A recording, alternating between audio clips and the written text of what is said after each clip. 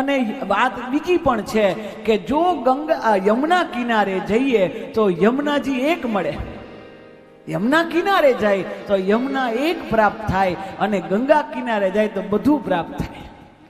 કેમ? ગંગા કિનારે બધું. યમુનાજીને યાદ કરીએ ને એટલે મહાપ્રભુજી તરત જ યાદ આવે, તરત મહાપ્રભુજીના દર્શન થઈ જાય. આવો મહાપ્રભુજીને યમુનાને શું કહે છે? ધન્ય શ્રી યમુના કૃપા કરી શ્રી વરદકુલ વ્રજ સુખ આપજો. ધન્ય શ્રી યમુના કૃપા કરી શ્રી ગોકુલ વ્રજ સુખ આપજો. ધન્ય શ્રી યમુના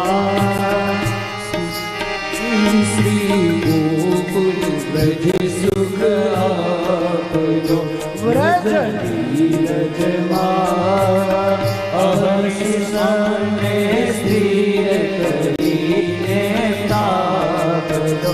વ્રજ ધીરજમાં અહર્ષ અમને સ્થિર કરીને સ્થાપજો. ધન્ય શ્રી યમુના કૃપા કરી શ્રી ગોકુલ વ્રજ સુખ આપજો.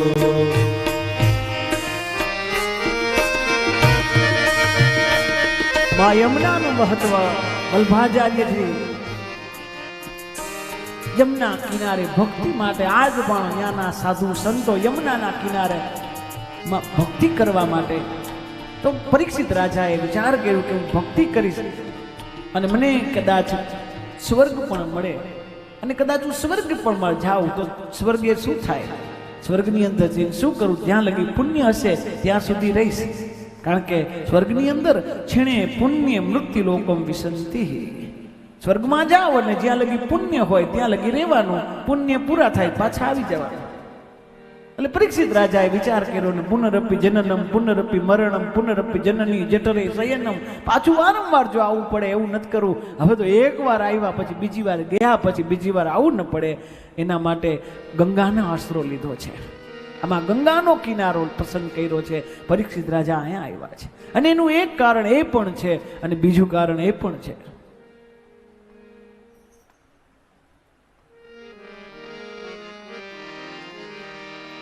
પહેલી વાત, યમુનાના કિનારે યમુનાજી બિરાજમાન છે. હવે પાછી ગંગાની ઉત્પત્તિ કથા એટલે આ બધું સમજાઈ જાય. વામનજીએ ચરણ એ બ્રહ્મકટાનો એ બ્રહ્મદ્રવ કમંડળમાંથી બ્રહ્મદ્રવથી ભગવાન નારાયણના ચરણની અંદર, એટલે ગંગાજીમાં પાસે શું છે? બ્રહ્માજીનું કમંડળ છે. વિષ્ણુ ભગવાનના ચરણમાં જે કંઈ છે ગંગાજીમાં છે, અને પાછું ભગવાન શંકરના મસ્તક ઉપર છે. એટલે ભગવાન શંકરના સમાધિમાં જે છે એ ગંગાજીમાં છે. એટલે ગંગાજીમાં બધું છે. અને બીજું, કોઈના ચરણ ધોઈ, કોઈના ચરણ ધોવાના થાય તો ચરણ ધોઈએ તો ચરણ ઉપર જે વસ્તુ હોય એ જલમાં આવે કે ન આવે? સમજાય છે વાત? જે ચરણમાં જે વસ્તુ હોય એ આવે.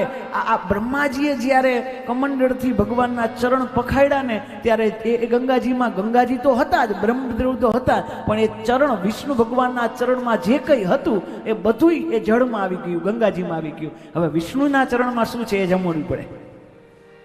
તો પેલું વિષ્ણુના ચરણમાં શું છે? લક્ષ્મીજી. કારણ કે ભગવાન નારાયણની ચરણની સેવા લક્ષ્મી પાસે, તો ભગવાન નારાયણના ચરણમાં લક્ષ્મી છે કે નહીં? એટલે ગંગાજીમાં લક્ષ્મી પણ છે, લક્ષ્મીનો પણ વાસ છે.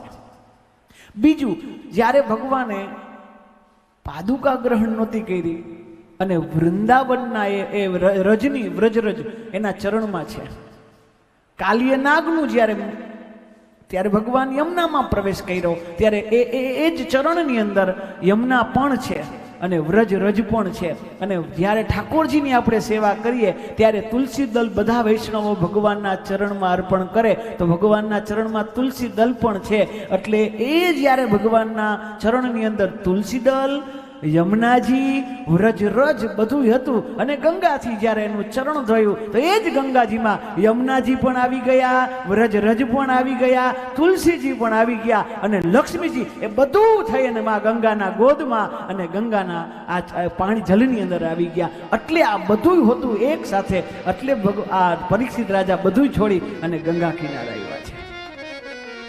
આટલું ગંગાજીમાં છે, આવું મહત્વ છે.